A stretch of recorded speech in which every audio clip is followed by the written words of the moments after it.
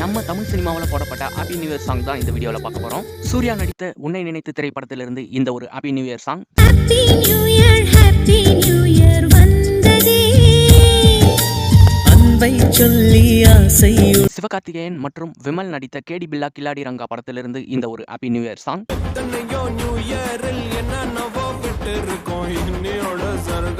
விஜய் சேதுபதி நடித்த கவன் திரைப்படத்திலிருந்து இந்த ஒரு ஹாப்பி நியூ இயர் சாங்.